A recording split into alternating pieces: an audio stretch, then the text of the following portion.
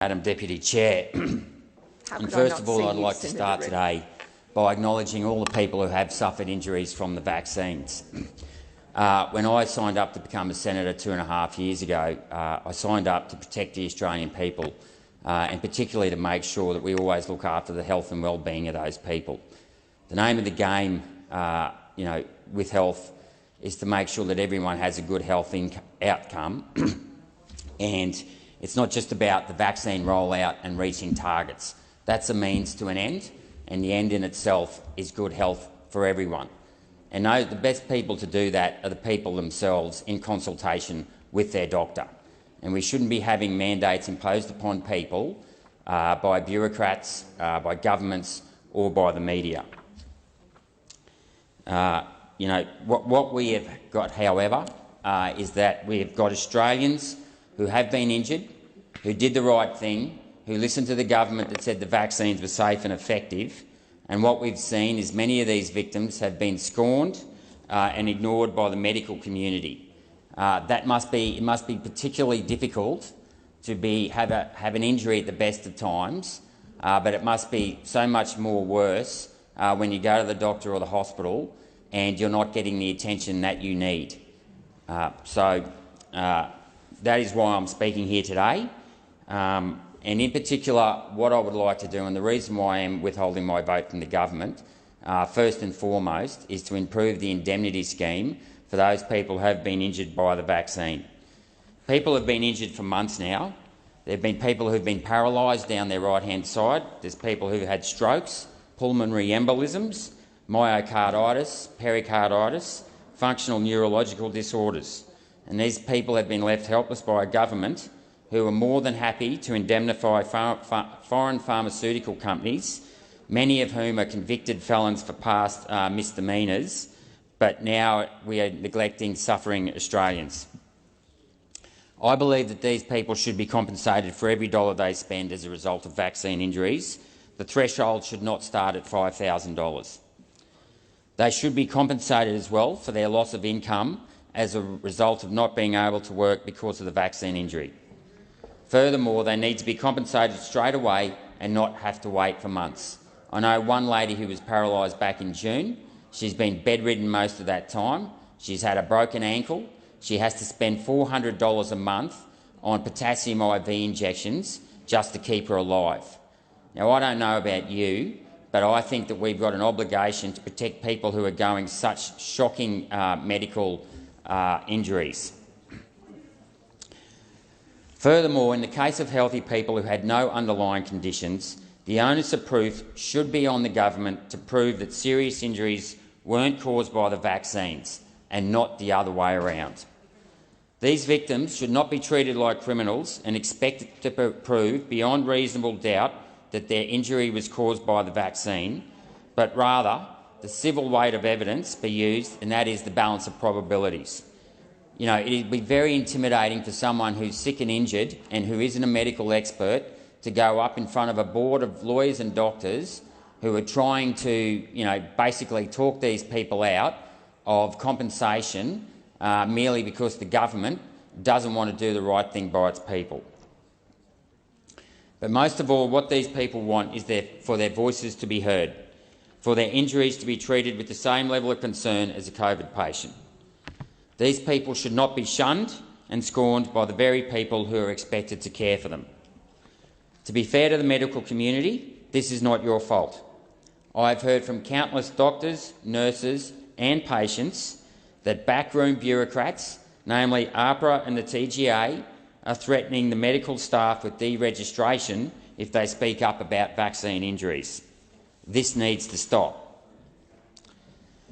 Now, this even leads to the more egregious act in that people who have suffered an adverse reaction from the first dose of the vaccine are now required to get a second shot.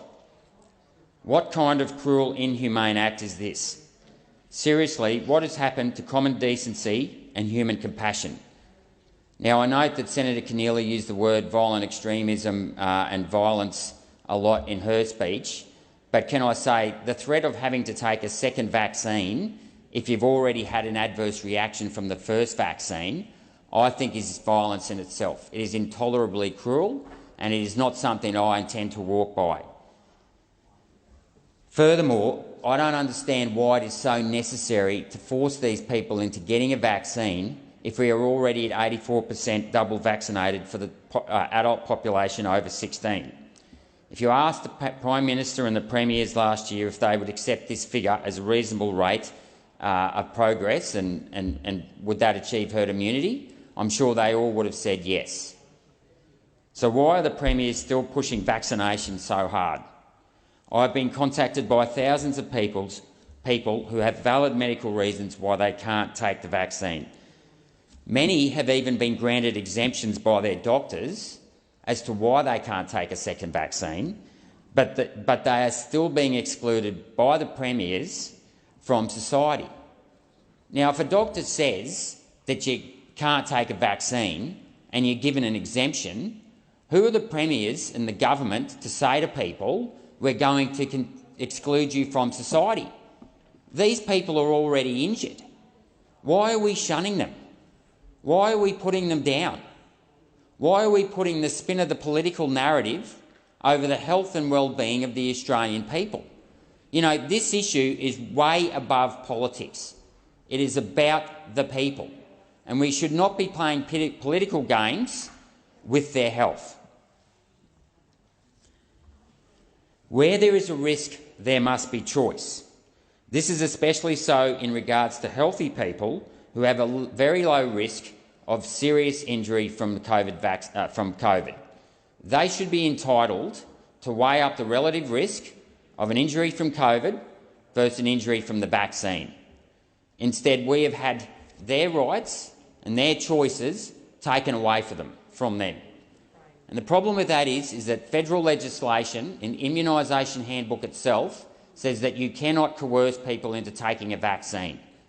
Section 5123A of the Constitution says that you cannot conscript people into giving the vaccine, especially in regards to medical procedures. Now, that was put in the Constitution as a result of the referendum. That's actually one of the very few referendums about the Constitution that's actually got up. But that only got up on the condition that people couldn't be conscripted into taking the vaccine. So we need the Prime Minister and the federal government to stand up to the state premiers. At the end of the day, whilst I'm a proud Queenslander, I'm a much more prouder Australian, and the last thing I want to see is the premiers tear this country apart by playing political games at the expense of people's health and at the expense of our national unity. Enough is enough. The government overreach of the state premiers in destroying our civil liberties has gone too far. This is no longer about health, but rather politicians wielding power for the sake of power, rather than doing what they should be doing and protecting the people. For those of you who say I should not be holding the parliament to ransom, I say this.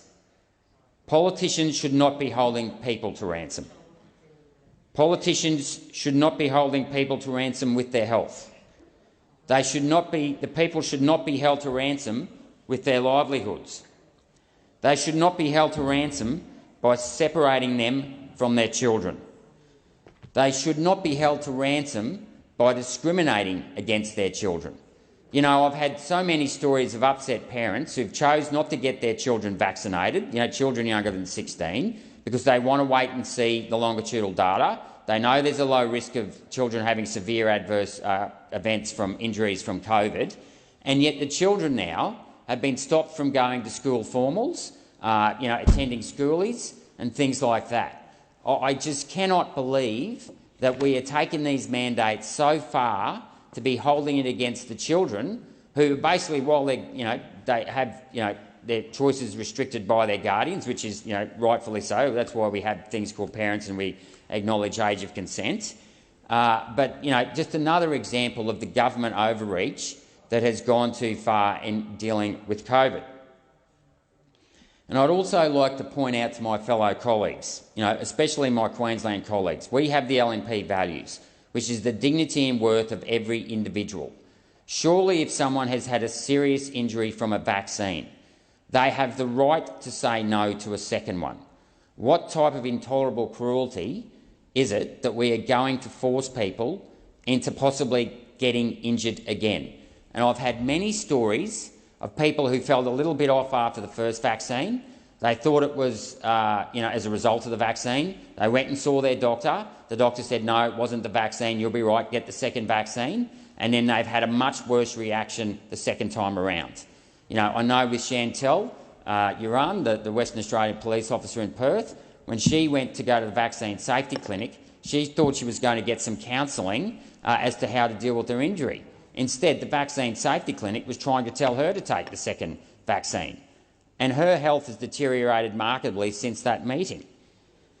We believe in the freedom of choice.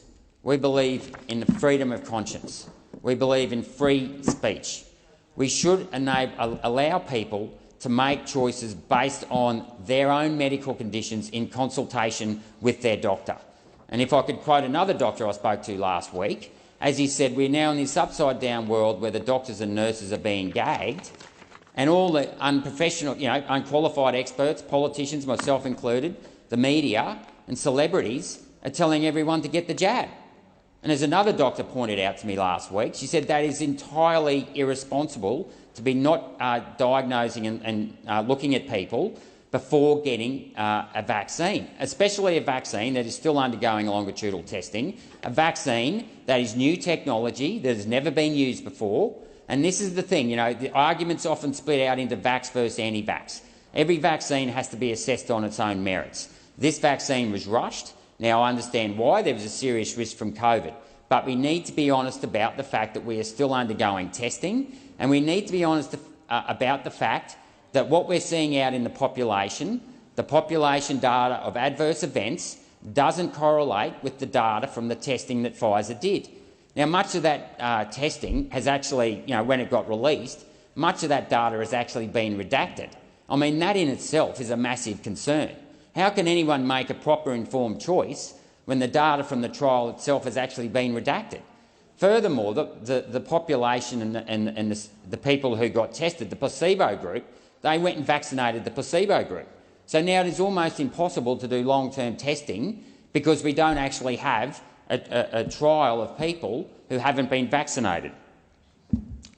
While I know the Prime Minister had good intentions by setting up the National Cabinet, the Premiers have abused his trust and the trust of the people. They are playing political games in order to score political points. They need to be reined in, and the Prime Minister must assert his authority and stand up for the Australian people. I commend the bill to the Senate.